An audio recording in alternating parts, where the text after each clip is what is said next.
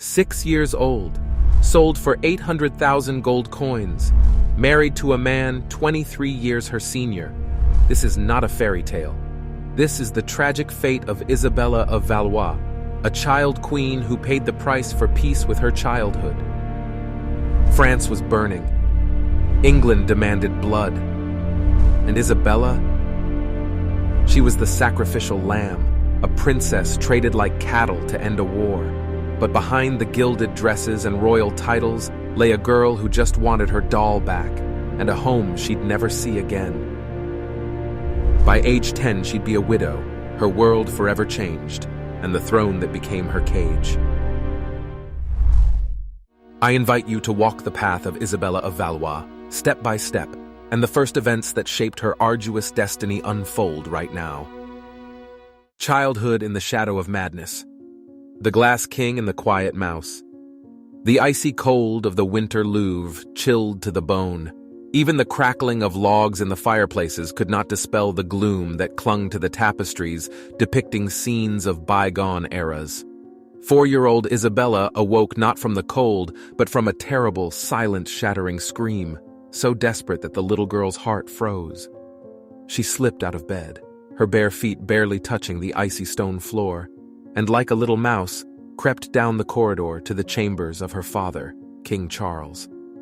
The door was slightly ajar, and through the narrow gap, the uneven light of torches flickered, dancing on the walls, distorting familiar shapes beyond recognition. Isabella peeked inside, and what she saw made her freeze, rooted to the spot. The king, her father, tall and once so stately, was thrashing about the room like a cornered animal. His eyes, usually so kind when he looked at her, were now wild, full of incomprehensible terror. He was pushing away 2 burly servants who were trying to restrain him and screaming so loudly that the thin panes of glass in the window frames seemed about to shatter. "Don't touch me! Do not touch! I am made of glass! I am fragile! One move and I'll shatter into 1,000 pieces! Away!" He stumbled over the carved leg of an oak table, collapsed to the floor, and his scream turned into a pitiful, almost childlike moan. Isabella felt a sticky chill run down her spine. Her father, who was supposed to be strong, like the knights on the tapestries, was himself so fragile. She took a step back, then another, and hid behind a heavy, dusty curtain, clutching her only comforter to her chest, an old rag doll with eyes embroidered from thread. The doll was silent, and this silence was now her only salvation. At that moment, Queen Isabeau, her mother, entered the royal chambers. Tall, stately, in silks that rustled softly with her every step, she seemed carved from cold marble. Without deigning to look at her husband thrashing on the floor, nor at the dark corner where her daughter was hiding, she gave an order in a flat, emotionless voice. "Hold him down, and bring a decoction of poppy heads, stronger than usual." The servants rushed to obey. Queen Isabeau, without waiting, turned and left, the rustle of her dress fading in the distance. Isabella remained alone in the semi-darkness of the corridor, behind the tapestry, listening as her father's cries gradually subsided, replaced by quiet, senseless murmuring. The world around her, so large and incomprehensible, seemed woven from fear and cold, impenetrable indifference. She hugged the doll tighter. "Is he really made of glass?" she whispered into the silence, and only the echo from the vaulted ceilings answered her. The door to her mother's chambers was tightly closed. If you enjoy this story and want to hear more about forgotten destinies and royal intrigues, subscribe. There are many more fascinating stories ahead. The Price of a Princess and the Silent Witness. 2 years had passed. The spring of 1396 brought only a deceptive warmth to Paris. Within the walls of the Louvre, the air remained stuffy, heavy, like the premonition of a thunderstorm. The study of the Duke of Berry, the king's uncle, was stifling, permeated with the smell of old, slightly soured wine, the sweat of noble bodies, and dusty parchment that cluttered all the tables. Sunlight, meagerly filtering through the grimy, fly-specked glass of the narrow windows, lazily gilded a pile of coins carelessly heaped on the massive oak tabletop. The coins gleamed dully, as if ashamed of their purpose. 800,000 francs, Isabeau. The Duke of Berry, portly, his face crimson with exertion, leaned back in his creaking chair. His thick, bejeweled fingers tapped idly on the carved armrest. And 28 years of peace, long-awaited peace. England is paying generously. Queen Isabeau of Bavaria sat opposite him, as straight as a taut string. Her thin, sharply defined lips twisted into a semblance of a smile, cold, calculating, one that did not reach her beautiful yet empty eyes. She is only 6 years old, Philippe. Her voice was even, without the slightest tremor. A mere child. She won't even understand that she's been sold. The little simpleton. Behind the massive door, adorned with intricate carvings, a floorboard creaked treacherously. Isabella, who had been playing nearby in the corridor with her old wooden hoop, froze. The voices from the study were muffled, but individual words, sharp as shards of glass, reached her. She did not grasp the full meaning of the word sold, but something inside her tightened, as if in anticipation of a fall. A premonition of trouble, still vague but already palpable, made her press herself against the carved oak panels of the door, hardly breathing. The Duke of Berry seemed to sense her presence. He sharply turned his heavy head towards the door, his small eyes narrowing. It is time to prepare the princess for her departure. His voice grew quieter, but all the harsher for it, almost a hiss. And the sooner, the better. The less she is here, loitering underfoot and asking unnecessary questions, the calmer it will be for all of us, for the cause. Isabella recoiled from the door as if burned. An incomprehensible fear, stronger than ordinary childish fright, seized her and carried her away. Her small, worn-out shoes padded almost silently on the cold stone slabs of the long corridor, carrying her far away from those heavy, incomprehensible words, from her mother's cold laughter that echoed in her ears, from the gold they already considered their own. She ran, not minding her way, just to not hear, not know, not understand. But the weight of this knowledge had already settled upon her child's heart. England's golden cage. The altar and the lost doll. The ship carrying Isabella across the restless gray sea finally docked on the English shore. The journey had seemed an endless nightmare to her. The rocking of the ship, foreign speech all around, salty spray dashing her face, and a constant, oppressive longing for home, for familiar faces, even for those gloomy corridors of the Louvre that had recently seemed a prison to her. Now, England, with its fogs and unfamiliar speech, appeared as a true confinement. On the 1st of November 1396, All Saints' Day, she was led to the cathedral, St. Paul's Cathedral in London, or perhaps it was the Church of St. Nicholas in Calais. Isabella, in her childish confusion, could not have said with certainty exactly where her fate was being sealed, struck her with its size and resounding echoes. Hundreds of candles burned everywhere, their flames reflecting in the gold and precious stones on the garments of the countless nobles gathered to gaze upon the French princess, the bride of their king. The air was heavy with the scent of incense, wax, and cold stone, and this mixture of aromas made Isabella feel nauseous and dizzy. She was dressed in an incredibly sumptuous gown of gold brocade, embroidered with pearls. It was so heavy that little Isabella could barely move her legs. In her hands, she tightly clutched her old rag doll, the only thread connecting her to her past, to her childhood. But as the procession moved towards the altar, Isabella, blinded by the brilliance of the candles and frightened by the murmur of voices, stumbled. The doll fell from her weakened fingers and rolled across the stone slabs. "My doll!" A quiet, desperate cry escaped her. She started to rush after it, but a stern French lady-in-waiting, Madame de Vaux, who had accompanied her from Paris, gripped her arm tightly. Another lady, an Englishwoman appointed as her governess, Lady de Cousy, picked up the doll with a disdainful grimace and without a word handed it to a nearby page. "Queens do not play with dolls, Your Highness," said Madame de Vaux in an icy tone, painfully squeezing her hand. "Especially English queens. Stand up straight and do not disgrace France." Isabella's heart ached with hurt and helplessness. Tears welled in her eyes, but she swallowed them, remembering her mother's injunction not to cry and to be worthy. At the altar awaited her King Richard. He was very tall, much taller than any man she had ever seen before, and so richly dressed it was dazzling. To Isabella, he seemed like either a fairy tale giant or the very dragon her old nurse in the Louvre had whispered stories about. When he took her tiny hand in his large, strong one, she cringed with fear. He said something to her, seemingly trying to smile, but Isabella did not understand his words, nor did she look at him. All her attention was fixed on the spot where her doll had disappeared. The ceremony dragged on unbearably long. The archbishop, robed in heavy gold vestments, read prayers in incomprehensible Latin. When he tried to place the wedding ring on her finger, it was so enormous that it immediately slipped off and rolled across the floor with a soft clink. Several courtiers rushed to pick it up, creating an awkward commotion. Isabella felt her cheeks flush. King Richard said something quietly to the archbishop, who, sighing, simply touched the ring to her finger without trying to put it on. Finally, it was all over. She was proclaimed Queen of England, but Isabella felt no joy, no pride, only emptiness and a poignant longing for her lost doll.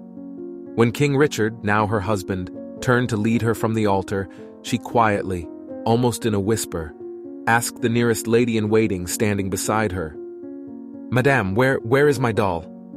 The lady-in-waiting, pretending not to hear, only pressed her lips more firmly and gently nudged Isabella forward, towards the king. Childhood was over. The game of being a queen, a game that could not be stopped, was just beginning. Lessons in a gilded cage. A gilded cage. That's what Isabella privately called her new chambers in Windsor Castle. They were enormous, with high vaulted ceilings painted with scenes from the lives of saints, and windows overlooking an impeccably manicured garden where children never played. The luxury was suffocating. Heavy velvet curtains, carved oak furniture, silver tableware. But in all this splendor, there was not a drop of the warmth and coziness she vaguely remembered from her small room in the Louvre. King Richard, her husband, turned out not to be as frightening as she had initially imagined. He was kind to her, almost fatherly. He often visited her, bringing expensive gifts, new dolls dressed in silk and velvet, but none could replace her old rag doll, intricate sweets, small picture books in French. Sometimes in the evenings, when the raw English wind howled outside, he would sit by her bed and read her fairy tales, the same ones her French nurse had once read to her. His voice was quiet, a little sad, and Isabella, listening to him, would sometimes forget her loneliness and fear. She was 7 years old when she began to gradually accustom herself to this strange life. She learned English with the stern but fair Lady de Cousy, embroidered endless patterns on her frame, and spent hours looking out the window at the alien, unfamiliar world. One evening, after Richard had finished reading her a story about a princess imprisoned in a tower by an evil sorcerer, he remained silent for a long time, gazing at the fire in the hearth. Then he turned to her and quietly, almost in a whisper, asked, Do you miss home very much, Isabella, Miss France?" Isabella nodded, unable to utter a word. Tears welled up in her eyes involuntarily and rolled down her cheeks. She wasn't crying, she simply couldn't hold them back. It was the first time anyone had directly asked her about her feelings. Richard reached out and gently wiped a tear from her cheek with his embroidered handkerchief. His touch was unexpectedly gentle. "I know," he said, just as quietly. "I know you are lonely here, but here you are a queen, and I will try to make things good for you, so that you don't feel so abandoned." He took her small hand in his. His palm was warm, and Isabella instinctively squeezed his fingers. In this huge, cold castle, in this foreign land, his hand was the only island of warmth, her only support. She did not yet understand the complex political games that had brought her here, knew nothing of the 100 Years' War or dynastic feuds. She only knew that this tall, sad man, whom everyone called King, was the only one who showed her kindness. "King Richard," she whispered, summoning her courage. Will we ever go to France? To visit Papa and Mama? Richard froze for a moment. The smile vanished from his face, and a shadow flickered in his eyes. Perhaps sadness, perhaps unease. He gently withdrew his hand from her fingers. Someday, my child, he replied, trying to make his voice sound confident, but Isabella detected a note of doubt in it. Someday? Now sleep. You need to grow big and strong, my little queen. He adjusted her blanket, leaned down, and lightly touched her forehead with his lips. Then he stood up and silently left the room, leaving Isabella alone with her thoughts and a hope as fragile as thin ice that this someday would indeed come. The Queen's scream and the echo of emptiness. September 1399 brought not only damp autumn rains, but also a chilling wind of change, threatening to sweep away the fragile little world. Isabella, without realizing it, had begun to build around herself within the walls of Wallingford Castle. King Richard had been in Ireland for several months, trying to subdue rebellious chieftains, and the castle, deprived of his presence, seemed empty and ominous. Isabella was almost 10, and she had already learned to read the hidden anxiety on the faces of the courtiers, to catch notes of fear in their whispers. That night, a storm raged with particular ferocity. Peals of thunder shook the ancient castle walls, and lightning, flash after flash, tore through the velvety blackness of the sky, momentarily snatching the crenellated towers and rain-soaked trees in the park from the darkness. But Isabella awoke to a more terrifying noise. Distant shouts, the clang of metal, the tramp of many feet in the courtyard. Her heart began to pound with alarm. She had barely sat up in bed when the door to her bedroom burst open with a crash, and her French chambermaid, Annette, rushed in, pale as a sheet, her eyes wide with terror. "Your Majesty! Your Majesty! Disaster!" she whispered breathlessly, rushing to Isabella's bed. "Bolingbroke is in London. Richard has been captured. They say he is no longer king." Annette's words struck Isabella like hammer blows. King Richard. Not king? The one who read her stories, who looked at her so kindly? Captured? It couldn't be. In her childish mind, a king was omnipotent, like God. She leaped out of bed. Fear, cold and clammy, paralyzed her for a moment, but was immediately replaced by a different, hitherto unknown feeling. Rage. The rage of a small, cornered animal having its last possession taken away. At that moment, someone began to pound roughly on her chamber door. Male voices were heard, authoritative, tolerating no objection. "In the name of Lord Henry, Duke of Lancaster, open up." Isabella, without thinking, grabbed the scissors. Their cold steel felt unfamiliar in her small palm. She straightened up, and though her legs trembled and her heart pounded as if it would leap from her chest, her voice, when she cried out, held an imperious note unexpected in a 10-year-old girl. "Do not dare to enter! I am Isabella, Queen of England. My husband, King Richard, commands you to be gone, or you shall all be executed for treason." For a moment, silence reigned behind the door, as if her words had taken effect. But then a coarse laugh was heard, and the door burst open with a crack, nearly torn from its hinges. Several armed men in leather armor burst into the room, bearing coats of arms Isabella had never seen before. Leading them was a tall, broad-shouldered knight with a stern, weathered face. It was the Earl of Northumberland, one of Bolingbroke's chief supporters. Seeing the little girl clutching the scissors, he paused for a moment, a flicker of something like surprise crossing his face, quickly replaced by a cold sneer. "Well, well, Your Majesty," he drawled mockingly. "No need to get so worked up. I'm afraid your husband, King Richard, is in no position to execute anyone right now. He no longer rules England, child.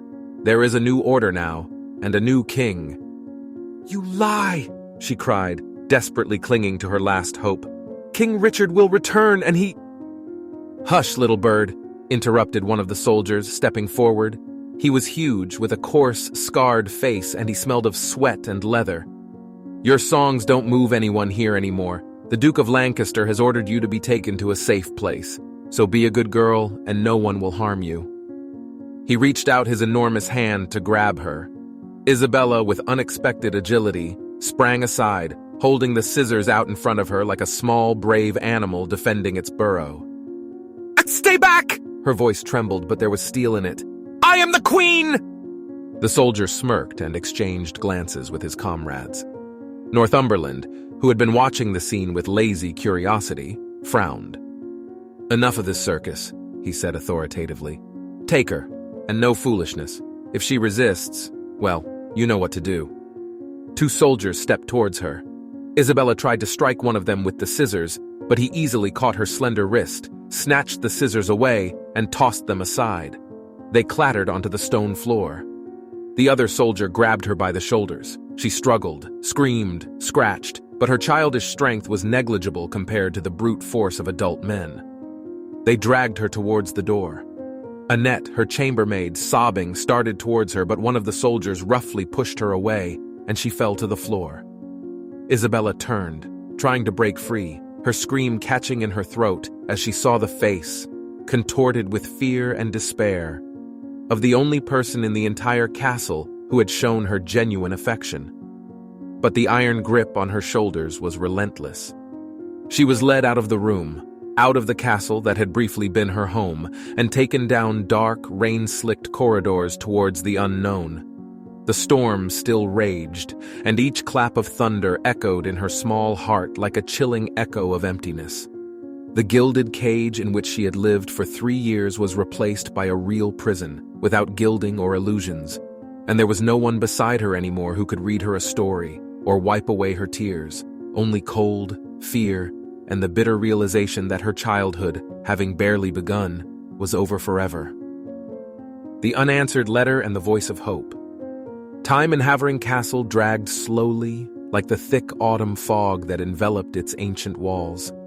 For Isabella, who had turned 11 and then 12, the days merged into one endless succession of gray, monotonous moments. The room assigned to her was more like a cell than the chambers of a dowager queen. Small, damp, with a narrow north-facing window through which only a dreary English landscape could be seen, a low sky and the bare branches of trees reaching towards it like the hands of drowning men. The despair that had initially overwhelmed her gradually gave way to a quiet, stubborn resistance. She read a great deal.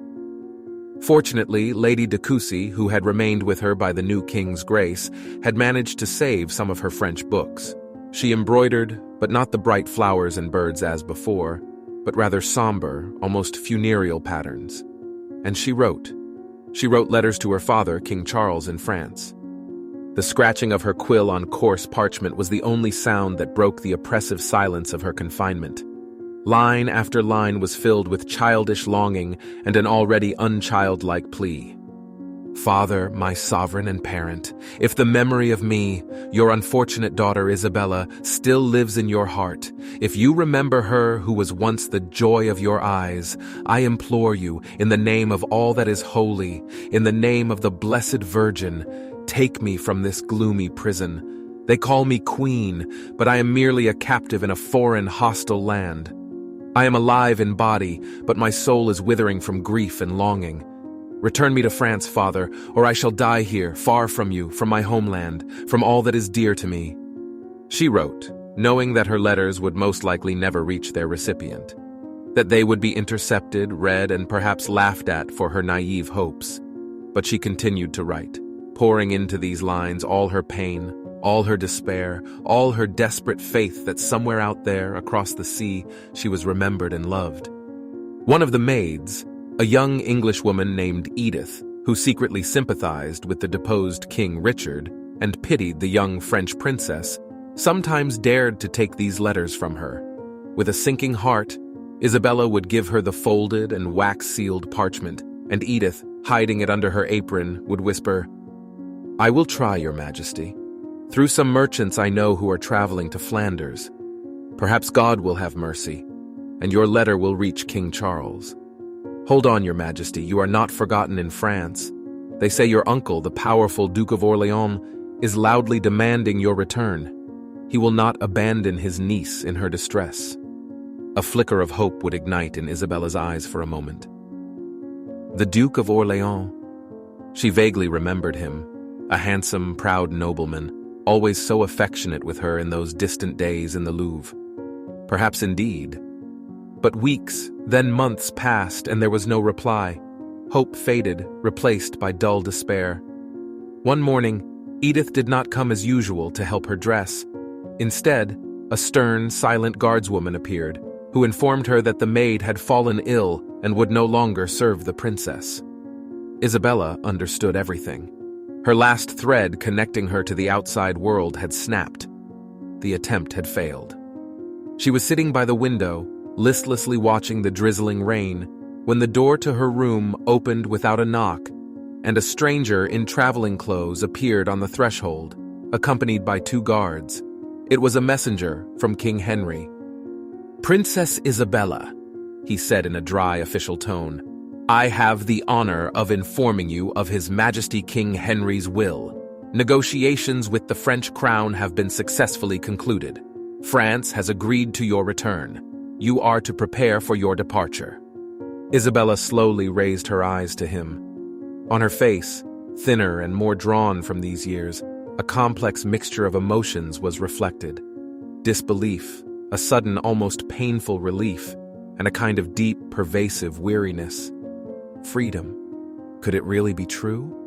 Or was this another cruel game, a new deception?